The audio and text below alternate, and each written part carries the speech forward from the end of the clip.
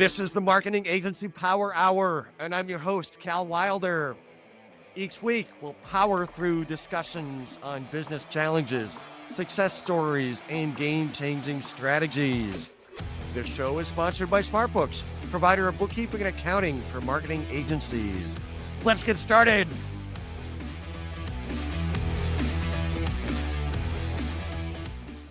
Today, I'm excited to be speaking with two guests. And also to hear more about how they approach running their firm, which is a little bit different than how many other agency owners run their firms. They're champions of people-first business and creative efficiency, proving that mission-driven work can both be impactful and operationally excellent. They are visionary leaders at the forefront of the nonprofit marketing industry, building some of the most accessible and sustainable digital experiences in the sector. They're the co-founders and co-owners of DevCollaborative, Johanna and Erin Fogel. Welcome to the show. Thanks for having us. Thank you. So jumping right into the discussion, let me ask you, what's the single most powerful strategy driving success in your firm? I would say that when we started, when we came together back in 2012 or so, Erin and I had both worked in and with nonprofit organizations for most of our careers up to that point. And we had seen a lot of things already in that time. We'd seen a lot of organizations we cared about, whose missions we cared about, spending a lot of money on websites that were just too much, more than they needed, or they were poorly constructed, or they just weren't focusing on the right things. And that made us kind of mad. And we started talking about what we cared about, which is helping to make organizations that do important mission work run more smoothly. And how would we do that? And so really we were talking about our values. Like, we want people who are devoting their careers to making change to be able to do so. And there's a little place where we could maybe make that better because we had the expertise in building websites. And so it really started with our values. And we wanted to build websites that were accessible. Accessibility was not an afterthought, so that mission organizations could serve all of the people that they could possibly reach, whether or not they had disabilities or not. And also for those websites to last a really long time and be sturdy and be able to be enhanced as the organization evolves. Something that's not disposable. In the for-profit sector, you see a lot of people rebuilding websites every year or 2 or 3. Our websites last 3 to, and I don't recommend this, 10 years, generally speaking, when we are able to build them properly from the get-go. And so the other thing that was really important to us was that we had all this expertise, and we also love to learn. And we're a learning organization. That's one of our values. And we love to share expertise back and then also participate in community and learn from others. So that's where Erin and I met. We met at the N10 Nonprofit Technology Network, nten.org, at their conference many years ago. And I was running a workshop about becoming a professional nonprofit technologist when I met Erin. And because I was sharing back what I'd learned being a nonprofit technologist, and sharing back with the community has led to us getting work. And so as we started to build a practice, we just kept doing that. We kept participating in the nonprofit technology, the WordPress, and the Drupal communities, open source communities, technology communities, and just in the general nonprofit communities around us. And giving back would often lead to more work. And we really wanted to make a company that is a place where we didn't feel yucky getting up and working at. And so we leaned really hard into that, and it kept working. And here we are, some amount of years later. Right. You've described to me how you spend very, very little money on, marketing to bring in new business. You've really taken kind of an open book approach and engaging with community and sharing what you both have learned over the years. And that's effectively how you do your marketing.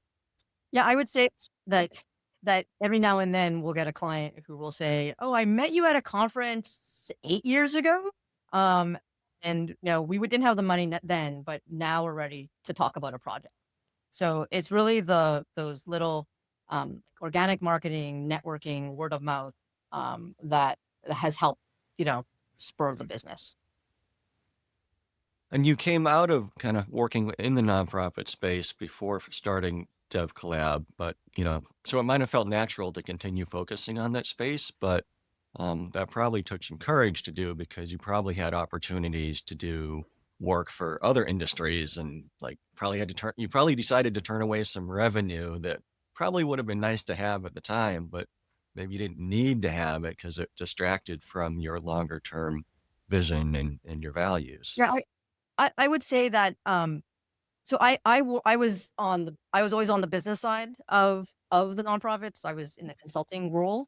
And this is going to sound strange, and maybe it speaks to your point of how we might be a little different, is that one of the advantages of working with nonprofits was really the ability to work with the decision makers and have a much more hands-on approach working with with our clients. And that is different than some of our experiences in the for-profit sector, which is a much larger hierarchy of access to decision makers. Um, we also were able to not have to be on the cutting edge of technology. We often don't want our nonprofits to be the early adopters, because it's not a really good approach for being sustainable, right? You want to test how the technology is going to work and how it's adopted before you jump on that bandwagon.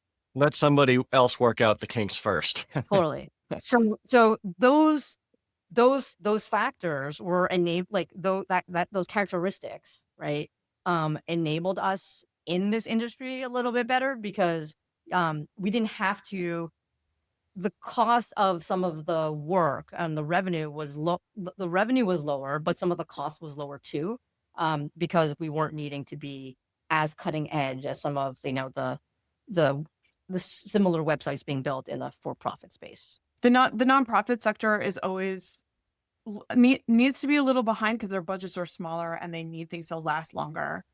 And I was a web developer for many years. Now I just do sales and kind of thought leadership and team management. But that was a big a big reason why we stayed in the nonprofit sector. We did have some for-profit clients in the beginning, um, because we just, we needed work. And we did find, I found as somebody who's been doing sales um, all along, for us, is that it did really split our energy, and it made it harder to articulate our value to just not have a focus. So that was a piece of business advice to, pick a niche. I can't say the word now. Um, that, to stick with that. And that did actually make things easier in a lot of ways, even though it does limit who we'll talk to some degree.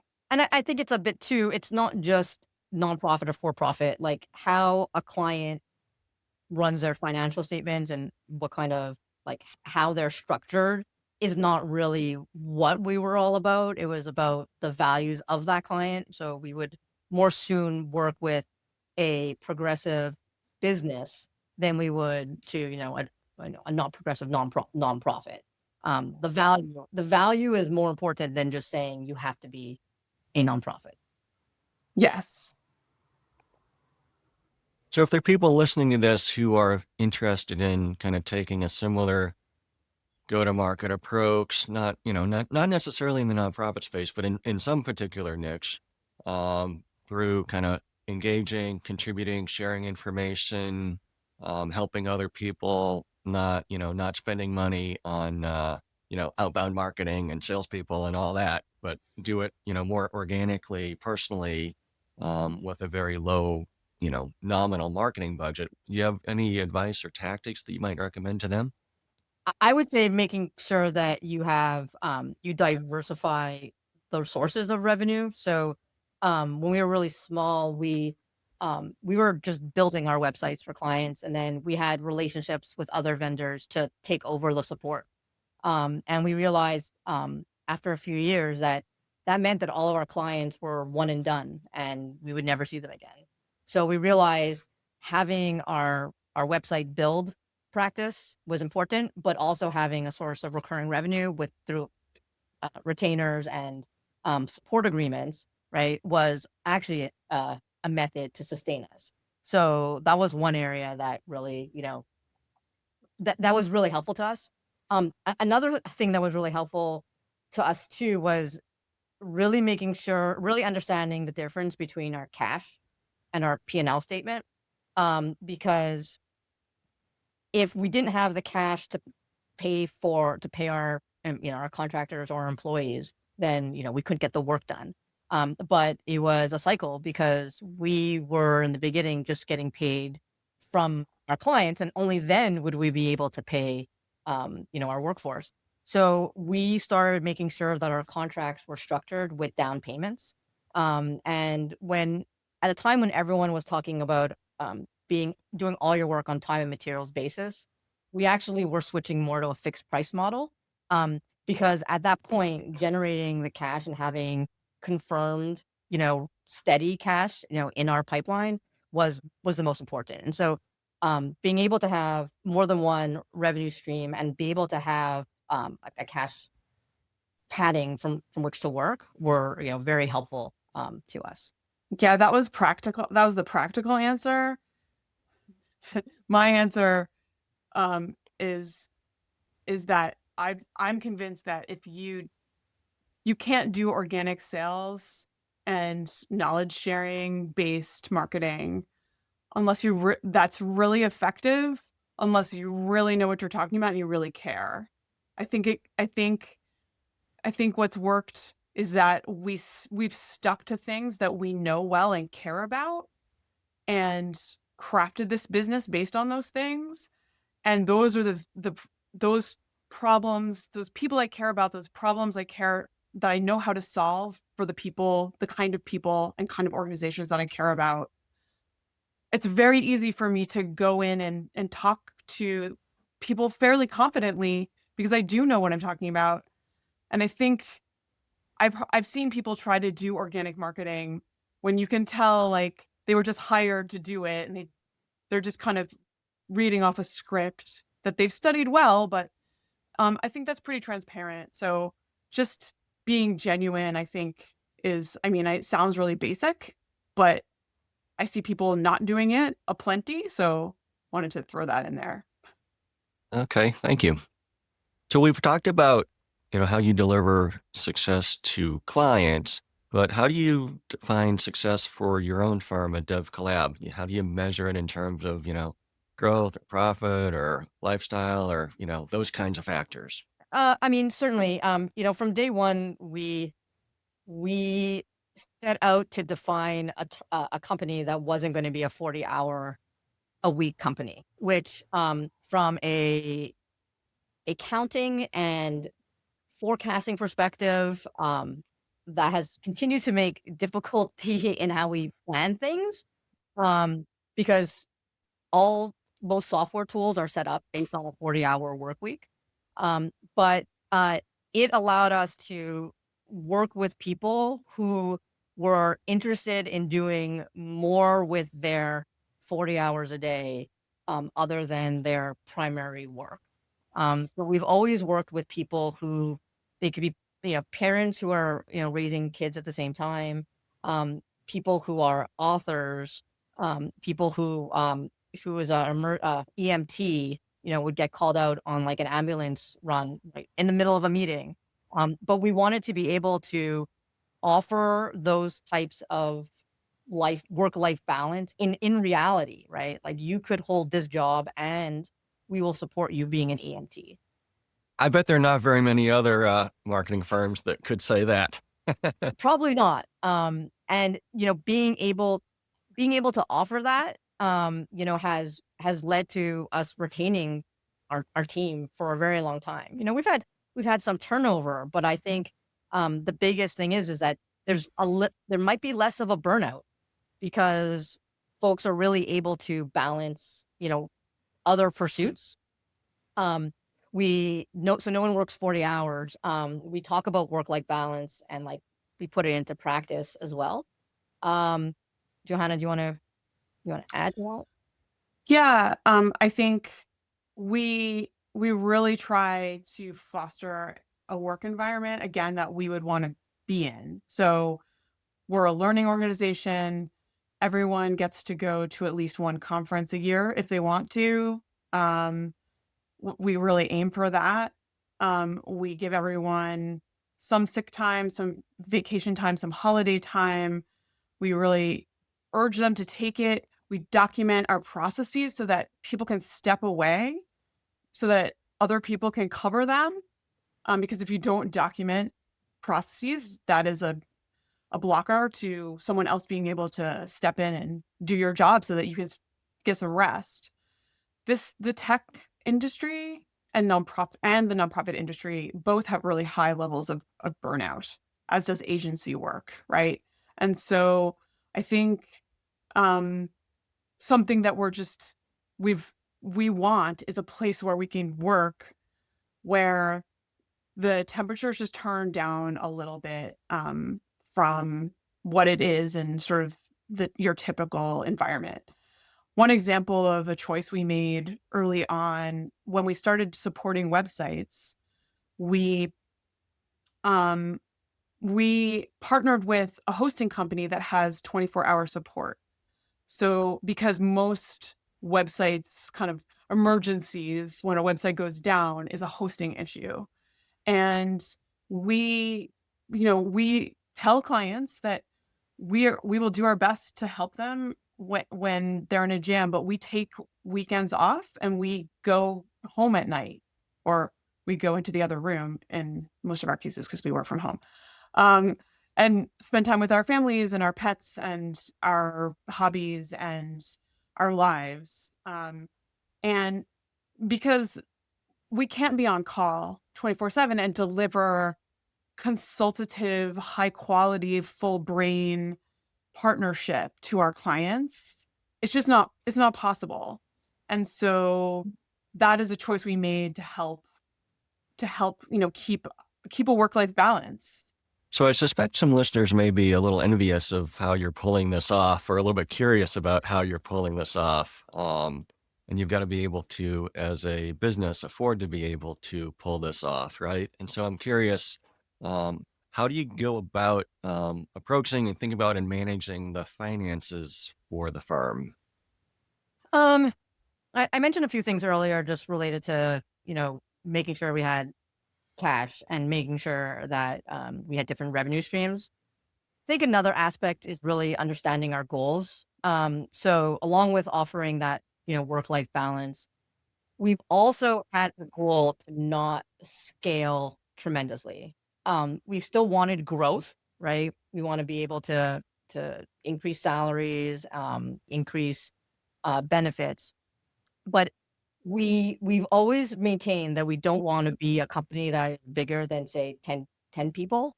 And because, there really is no such thing as an 11-person, configuration, it would become 20 people, right?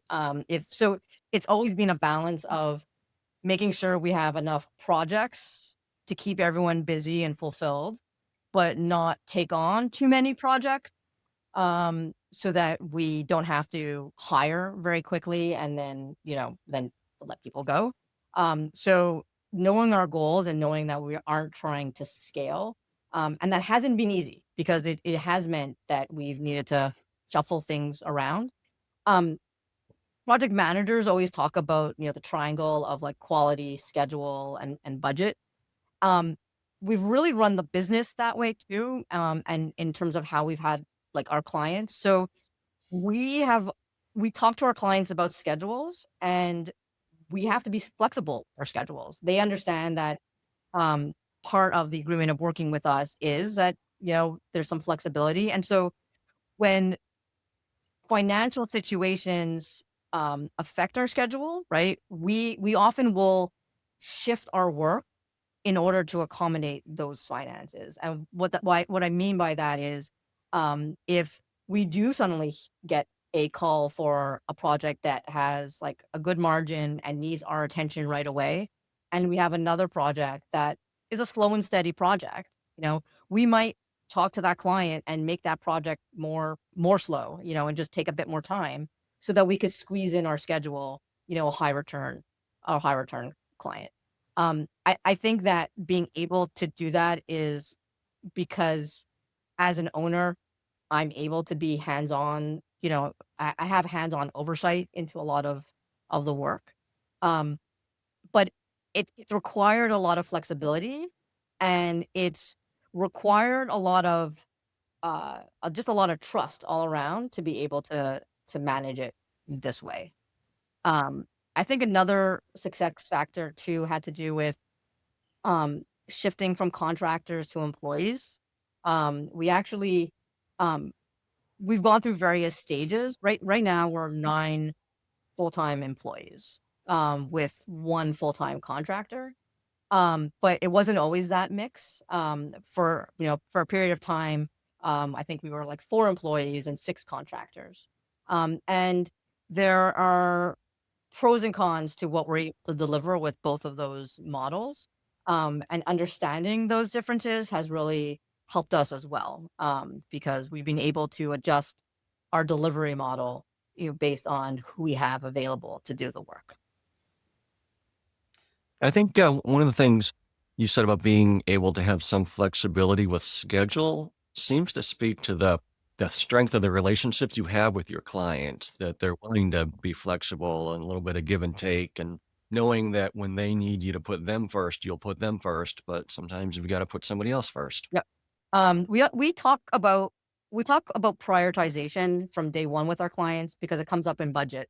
And what we always say is, no matter how big your budget is or how small your budget is, everyone's on a budget. And everyone has a tremendous wish list of things that they want to achieve.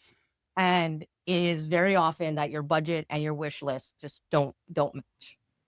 And we want to be your partner, and we want to understand your budget, and we want to understand your wish list, and we will work with you to make the best decision, to make sure you get the biggest bang for the buck. And because that is one of the first conversations we have with them, I think that helps shape the conversation for the full project. So if your deadline is your number one priority, we will meet that deadline, but you might need to deprioritize a feature, and save that for after launch. And our project managers and our developers are just, even when from the moment of hiring them, we hire people who um, you know are able to communicate very well, and explain these things to our clients.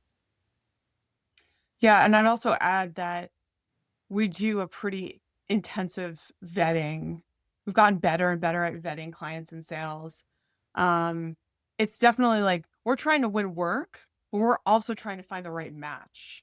And my goal is always our goal together, because everybody works on sales to some degree, is to find really good match clients. So we're trying to find clients who want a consultative partner, who really want a high level of communication and collaboration, who want some transparency, and who are understanding about trade-offs and sort of kind of really represent that, being in a working in a nonprofit is often about like just kind of making do with what you have as best you can. And the folks who understand that the best are our most successful clients. And most of our clients we've been partners with for many years. We have many, many clients that we've retained for many years. We have pretty low turnover with our clients. So I know that we're doing something right there in the vetting process. Um, there's times when you take work that you look back and you're like, oh, I shouldn't have, maybe this wasn't the best match, but that has gotten less and less the case for us. We've been better at filling our pipeline with really good matches.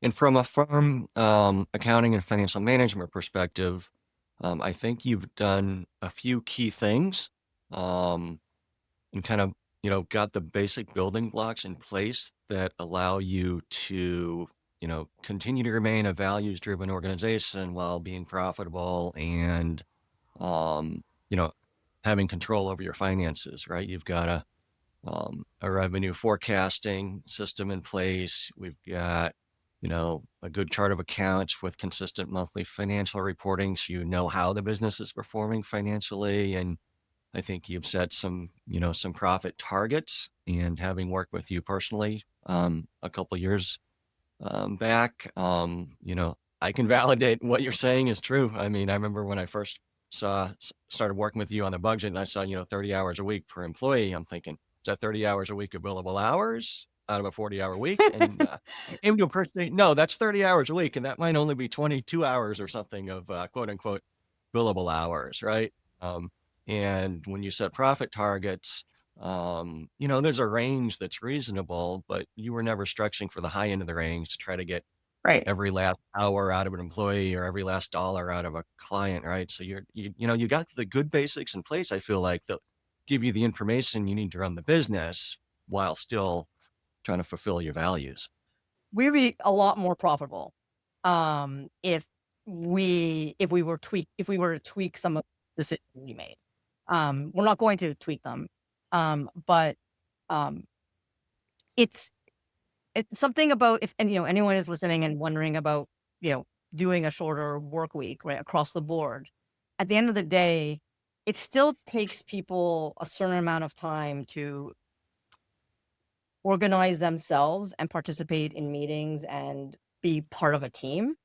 And we don't reduce that time necessarily when you're working less hours, which basically does mean that there's a lot less billable hours on the table to generate revenue. But we make up for that by really making sure that the work that is put in is time well spent and focused work. And that's a quality that you really need to vet when you're hiring when you're hiring people, is that your on time needs to be on, like you need to be focused. Yeah. I will just add that this came up in our prior conversations. Like we before SmartBooks, we worked with a different accountancy that was not accommodating. They were a more traditional business. They did business consulting and accounting, and they really pushed us to think about becoming a business that would scale. And that ultimately wasn't a really good fit for us, because one of the most important pieces in getting to where we are today, 10 official years as a business now, and feeling pretty good even with the market being a little funky right now, is that Erin did put in so much work with SmartBooks to build a forecasting model that allows us to see, like, what is the margin, the margins that we were told by every business expert prior to coming to SmartBooks were just like margins for the default scenario, where they assume you want to scale and you care more about making bank on your business than just having sustainable work-life balance and a place you want to go to work. And what was great about working with SmartBooks was that you did help us build the tool that we needed in order to understand how to like look at our business and see levers to press where we could adjust things to make them a little bit better. How to monitor when things were getting a little bit worse and have some time to prepare for how to deal with that. And that has been really wonderful. And that is something that I thank Erin and SmartBooks for, both of you. Yeah, I do have to plug my book since we're kind of at a point in the conversation where that makes sense. Our approach, though, the financial operating system for marketing agencies, but the first step is, identifying your why, because we need to know what you as business owners are trying to accomplish by owning the business before we can go about setting any, performance metrics and targets and saying whether some, results are good or bad. We need to know, what are you trying to accomplish? And then we can measure results against that. So, you're not trying to accomplish, 25% EBITDA margins based on your values and objectives. We're going to set a target that's aligned with your values and objectives. That's not going to be 25% EBITDA, right? So it's all about, our approach, my approach is figuring out what you as the business owner are trying to accomplish, and then going from there to design the accounting systems and financial reporting and metrics and targets and everything against those objectives. Yeah. The funny thing is that one other thing that we notice is that our business is slower, I think, than not slower, like the response of how things move is slower Yeah. because of what our clients are. And so another, just a small way that that adjustment was made is that we can't always look at monthly financials because if we look at when I look at monthly financials, um, sometimes you want to panic because it doesn't look so good. But the way clients end up paying us and the way we sign work and the time from contract signing to project kickoff, those are all factors that are going to weigh into what a particular month looks like. And if you go only month by month, sometimes you're not getting the full understanding. And so understanding that is very important, for us. Exactly. Anything can happen in any given month. So, Yeah. unless a business model has perfect recurring revenue, it's usually also very helpful to look at more of a trailing 3-month basis when the ins and outs in any given month kind of even out. Yeah. So I wanted to, ask you, we've talked about like all the great things you've done, but there must be some challenges, and you alluded to some funkiness in the marketplace these days. But what's something or some things that are challenges or getting in the way of how the success that you want to be having these days? I would say currently what comes to mind is obviously nonprofits are deeply affected by the current political situation. So there's a lot of uncertainty in the market as a result of that. So that's really challenging. And it's kind of it hasn't really happened in this particular way to this degree until this current moment. So that's concerning.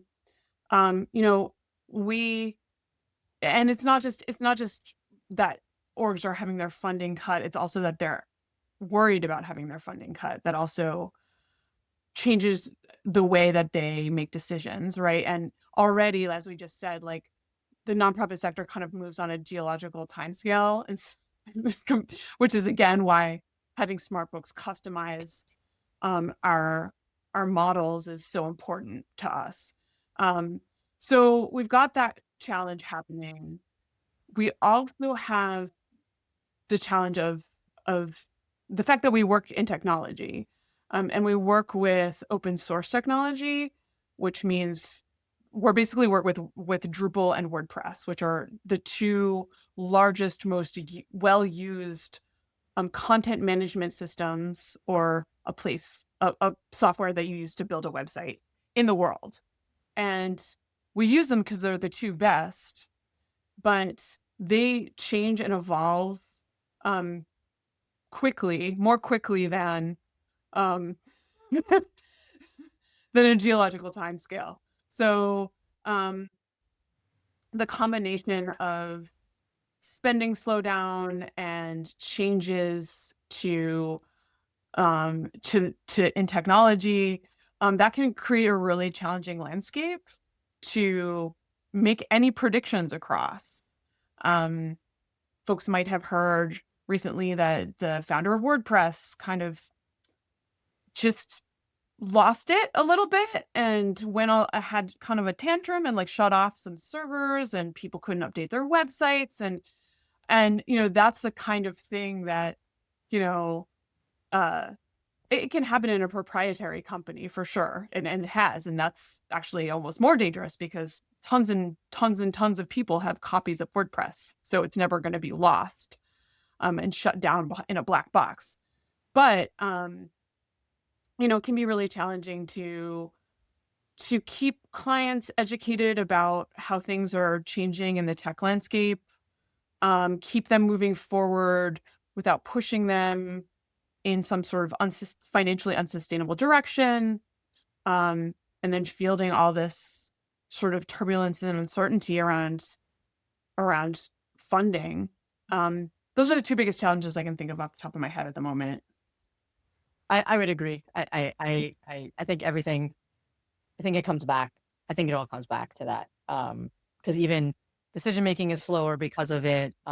There's just more fear about spending. So I think those are the biggest ones. I think internally, some other the other threats to our model, right? Also is, a lot of similar companies are outsourcing, offshoring their work, and we're committed to not offshoring our work, or working with like offshore companies in particular. And so when our peer organizations are able to have developers working at a fraction of the cost, they're obviously able to have a bigger margin on that work than we have. So that is a threat. And I think not wanting, like, still sticking true to our belief that this is the market we want to serve, is a bit of a tension, only because there could be other opportunities that we're missing because we're so steadfast in wanting to work in this niche. And so I think we see other companies diversifying and going into different verticals. And so where we're putting our effort is to even narrow it down within the vertical of nonprofit. Nonprofit is big, right? So, an effort to narrow down which part of nonprofit space will have budget. So we're focusing our energy there, in as a way to, overcome any of those challenges that we foresee. Makes sense. Those are definitely some big challenges. If there's anybody in the audience who could share some experiences or insight into how they've navigated similar challenges, please reach out to Erin and Johanna. What excites you about the future despite these challenges? There must be something exciting for you. I mean, the work that we do continues to impress me. Like, it really impresses me that we could do what we do on the budgets that we have. Our team is always collaborating and coming up with new ideas. It excites me that we're contributing to the efforts of our clients. So, it's a bit secondhand, but we're contributing to their growth, and that, lets us go to sleep at night and feeling good about ourselves. I think when we were speaking the other day, we spoke briefly about kind of some internal excitement about your team and Mhm. their development. Can you say anything about that?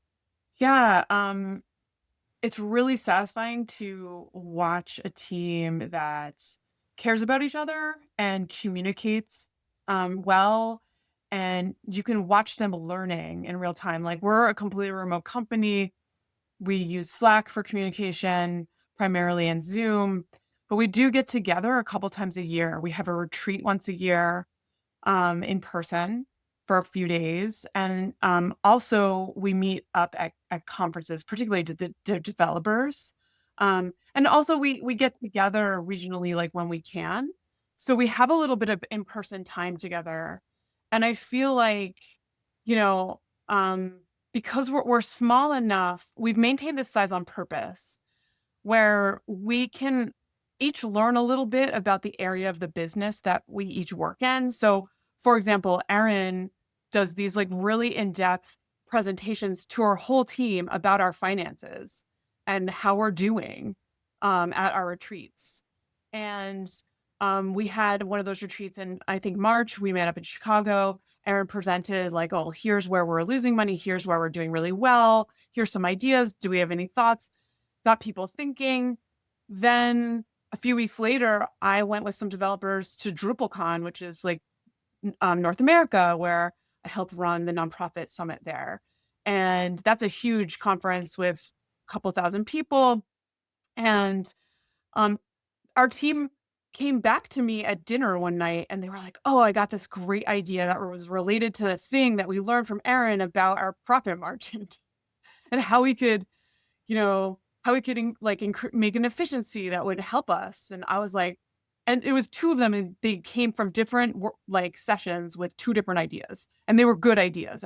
And watching, and then they came back and they shared them with the team on a meeting, and I was like, watching that is so satisfying for me. And I'm really looking forward to continuing to watch them grow. We're doing new projects. We're working with a new philanthropic organization. The philanthropy sector is going to be really important during this time of uncertain funding. And we're definitely looking to kind of grow a little bit. If there are any philanthropists out there who want to fund nonprofits and or need a website, definitely let us know. We'll get your contact info for them later. So we've been talking a lot, we've been learning a lot from you about how you go about, running the business and making decisions around the business. Let's talk a little bit more about you and how you got to where you are. Years ago, did you think you'd be founding and running a business as an entrepreneur? We'll put different answers here. Totally different answers. Um, I don't know.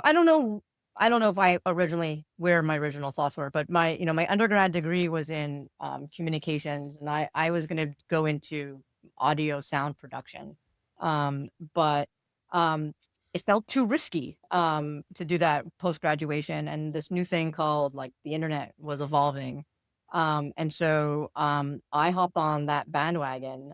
As part of my degree, I was able to do that, and I fell in love with consulting, and the kind of thrill in project management and delivering results and working and collaborating with people. I got my MBA several years later in social entrepreneurship at Babson. Shout out to Babson. And I don't know if I sought out to be running a business, but I did seek wanting to create an environment that like worked for me and would work for my peers.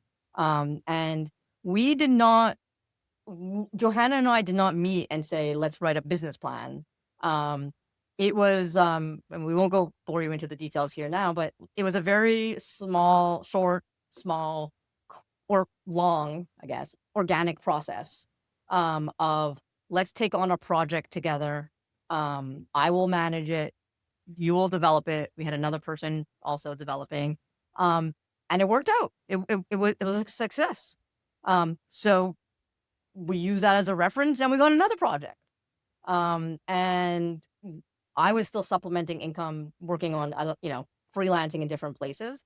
But eventually, it just made sense to officialize it more and to kind of formalize it into a business. And now that's 12 years later, where we are.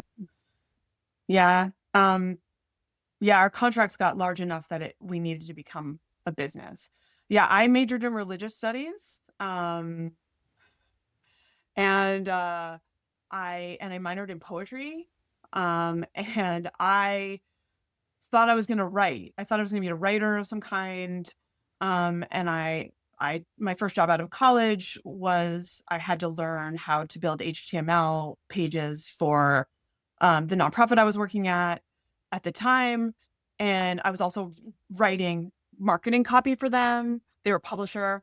And but I was like also building HTML, and because it was 1999, so you just had to teach yourself or learn from a peer. And right after that, I got hired at WGBH Public Broadcasting in Boston to be a web technologist formerly, and they trained me. And so um, I was nonprofit staff web developer, and then after I moved to Western Massachusetts, where I live now, I left WGBH and I started working in a healthcare advocacy nonprofit statewide. And they were like, you can write and you can build websites. So be our webmaster and our lead grant writer. And so I did that for 8 years. And finally, that organization was defunded because the healthcare system in America has been fixed, apparently. Obviously. So that job ended and I started freelancing and I started working with Erin. And all along, I've been going to the Nonprofit Technology Network conferences and just kind of just always learning and connecting with people. And those are some of my colleagues and clients and my business partner to this day is just really like rooted in loving to learn and finding community in that space and then just organically trying things and then continuing forward. So I never set out to be an entrepreneur. I'm completely an accidental entrepreneur.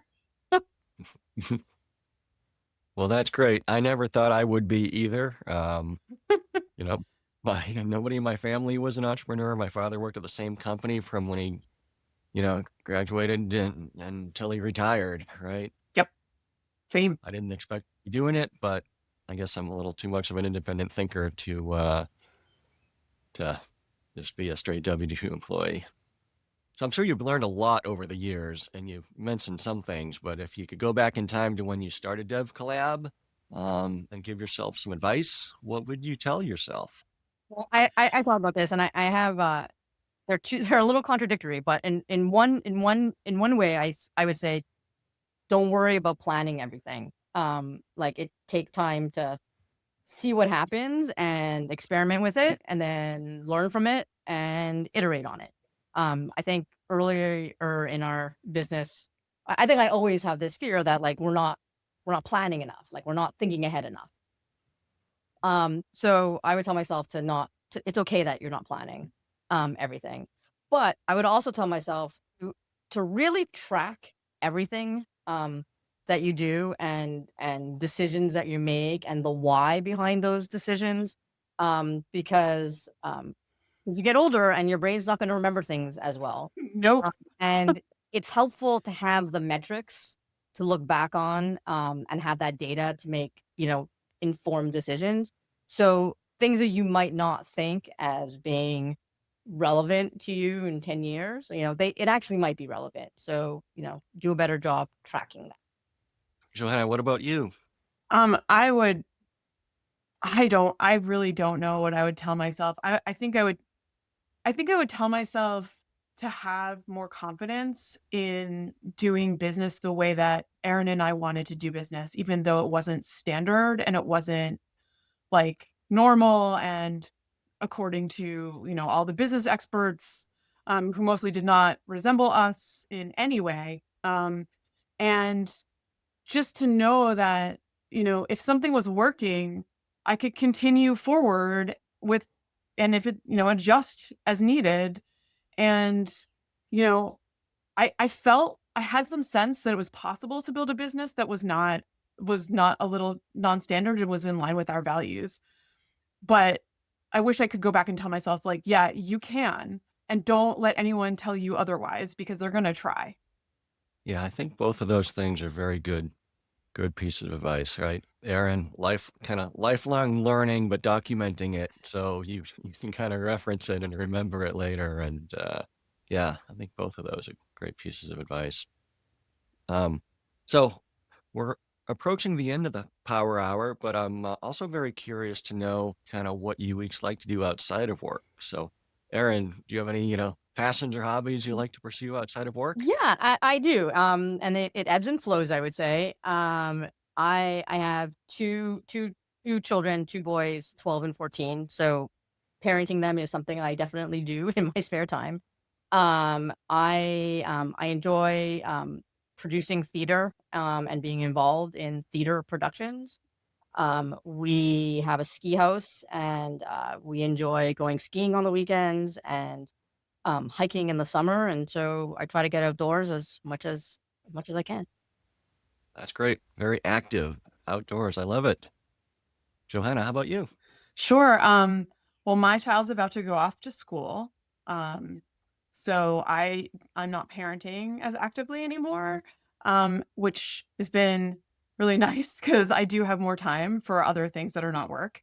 I live in a really beautiful rural place and I walk pretty much every day, miles and miles. I love music and in the past I've sung and played guitar. I go to music shows. Um, but mostly what I'm doing in my spare time now is returning to writing poetry. I took decades off from it, which is probably you're welcome, world. But now I'm back at it and I have a piece that's going to be published in an online magazine sometime in the next couple months. So, which is the first time that's happened for me. So I'm really excited about that. Um, so yeah. Yeah, that's really cool. I definitely could not write a single stanza of poetry or whatever you call it. I'm not saying I can do it well. I'm just saying I'm doing it. Yeah.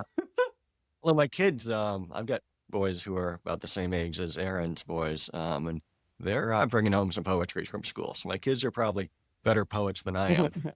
Awesome. I'd love to hear that. Uh, if folks want to connect with you, for whatever reason, where can they find you? What's the best way? Our website is DevCollaborative, which is too long of a name, but I didn't think it was going to stick. I thought it was a temporary name. DevCollaborative.com. We have a contact form there. You can also reach me and Erin at the same time by emailing hi, as in hi, at devcollaborative.com. That's great. Well, thank you so much for your time today. You've covered so much great information about your approach to business and not being afraid to operate it, differently and go against the consensus advice. And so I think the audience has probably gotten a lot out of this conversation. So thank you both, Erin. Thank you, Johanna. Thank you for having us. Thank you so much, Calvin. Thanks for having us. Absolutely. For those listening, if you learned something today, or you laughed about something, or got sad about something, please tell people about this podcast. Let's get this good information into other people's hands so they can learn from our guests as well. So thanks again, Erin and Johanna. Thank you. Take care. This has been another exciting episode of the Marketing Agency Power Hour. We'll see you all next time. Another episode in the books. Thank you so much for tuning in.